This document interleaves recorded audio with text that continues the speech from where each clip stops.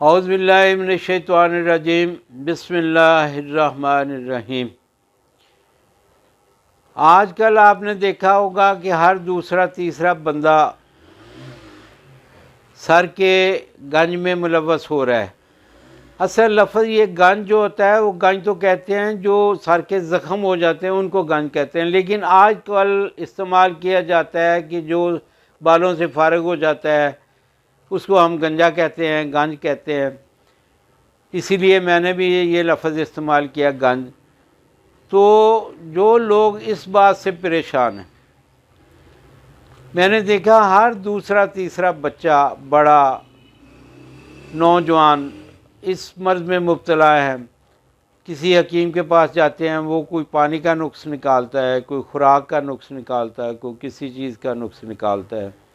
किसी भी वजह से ये मर्ज़ अगर पैदा हो गया, आपके बाल गिर रहे हैं या गिर चुके हैं, और ख़ास तौर पे ये सामने के बाल, माथे वाले बाल गिर जाते हैं, जिससे खूबसूरती में नुमायाँ कमी हो जाती है। बंदा जो है एहसास कमतरी का शिकार हो जाता है। वो किसी महफ़िल में जाते हुए, किसी रौनक में जाते हुए घबराता है कि मेरे तो सर के बाल नहीं हैं। ये एक मर्ज़ है, इसे घबराना नहीं है, इसका इलाज करें। इंशाअल्लाह ताला अल्लाह पाक ने हर मर्ज़ का इलाज अता फ़रमाया हुआ है। बात सिर्फ तहकीक की है। कुदरत ने सब कुछ अता फ़रमा दिया है। अब जैसे जैसे तहकीक बढ़ती है, नई नई चीज़ें सामने आ रही हैं। नई अल्लाह पाक रोज़ाना को नई चीज़ें नहीं अता फ़रमाते। अल्लाह पाक ने अता फ़रमा दी, हमारी ज़मीन ख़जानों से भरी पड़ी है, सिर्फ उसको डिस्कवर करने की ज़रूरत है। उसने जड़ी बूटियाँ हमें अता फ़रमा दी हैं। उसने बेशुमार सब्ज़ियाँ, फल और पता नहीं क्या क्या सूरतों में, नेमतों से हमें माला माल कर दिया। सिर्फ डिस्कवरी की ज़रूरत है, सिर्फ हमें इसकी तहकीक की ज़रूरत है। आप इंशाअल्लाह नई से नई बातें मिलेंगी आपको। कुदरत से इंशाअल्लाह आपकी मोहब्बत और बढ़ती जाएगी और बढ़ती जाएगी। कुदरत से प्यार बढ़ता जाएगा। इसके लिए मैं इंशाअल्लाह आज एक नुस्खा आपकी खिदमत में पेश करूँगा, वो आप बनाएं, वो इस्तेमाल करें। इंशाअल्लाह सर के बाल जो हैं वो इंशाअल्लाह दोबारा उगाएंगे, और जो वाइट बाल हैं वो इंशाअल्लाह ब्लैक होना शुरू हो जाएंगे। लेकिन इसमें एक ज़रूरी बात है कि अपनी खुराक को कंट्रोल करें। केमिकल जो हैं इसके सबसे बड़े दुश्मन हैं। जो हमारी खुराक में हम केमिकल खा रहे हैं, यकीन करें हमारी सेहत के सबसे बड़े दुश्मन हैं। हमारे मैदे से लेके, सर के बालों से लेके, पाँव के नाखून तक हर चीज़ को नुकसान पहुंचा रहे हैं। और केमिकल हम या तो मजबूरी में खा रहे हैं कि हमें मिलावट करके दिए जा रहे हैं, या फिर हम शौक़ से खाते हैं कि वो ज़ायके बनाने के लिए खाते हैं। वल्लाह कोशिश करें देसी चीज़ों को अपनाएं। चीनी की जगह पे गुड़ इस्तेमाल करें, शक्कर इस्तेमाल करें, सरसों का तेल इस्तेमाल करें। यकीन करें जैतून के तेल के बाद अगर कोई अच्छा तेल है तो वो सरसों का है, जो कुदरत ने हमें अता किया हुआ है। आजकल सरसों आम है, अल्लाह पाक ने उसकी बहार लगाई हुई है। आप भी लें, सरसों खुद निकलवा लें, उससे अच्छी कोई बात नहीं है। बाज़ार में जो सरसों का तेल आपको मिलेगा उस पर डाउट है, हो सकता है वो सही ना हो 100%, लेकिन खुद निकलवा लें तेल। उसकी यकीन करें कोई उसका मुकाबले में कोई तेल नहीं है।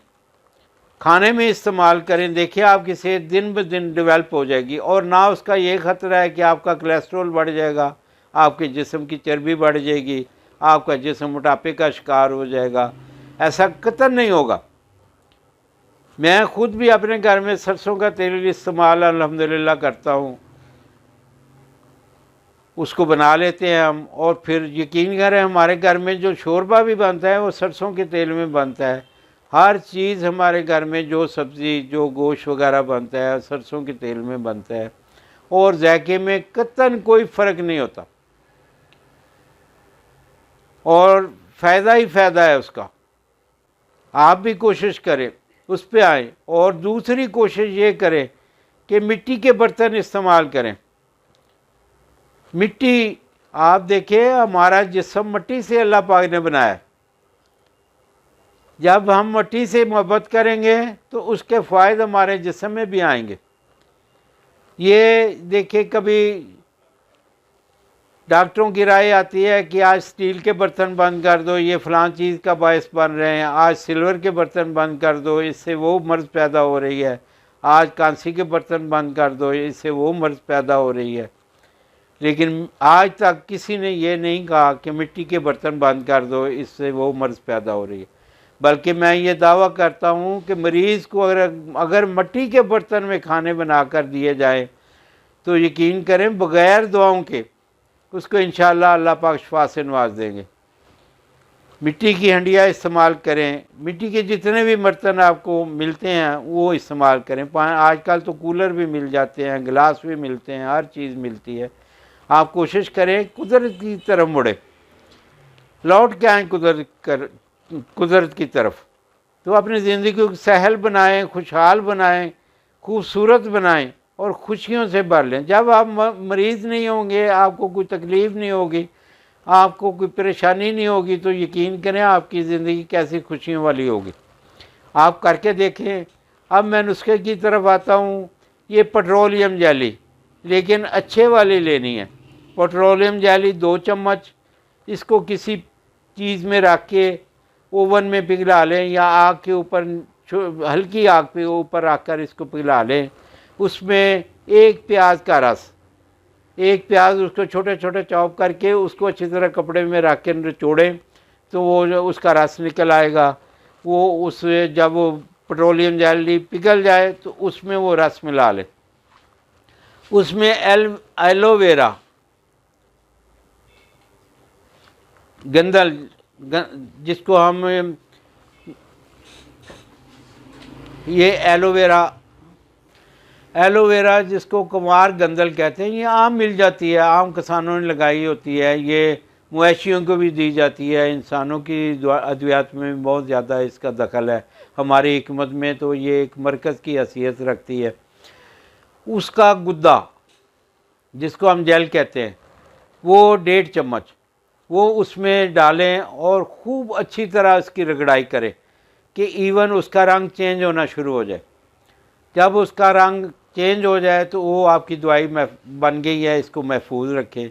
ये दिन में 1 दफ़ा सर में लगाएं और कम से कम 2 घंटे तक ये सर में लगी रहनी चाहिए। उसके बाद आप गुस्ल कर लें, सर को धो लें, जैसे आप मुनासिब समझें। इंशाअल्लाह चंद दिनों में, हफ्ते 2 हफ्ते के बाद आप देखेंगे कि आपके सर में बाल पैदा होना शुरू हो गए हैं। अल्लाह आपको खुशियाँ अता फरमाए और खुशियाँ तकसीम करने वाला बनाए। आमीन सुम्मा आमीन या रब्बुल आलमीन।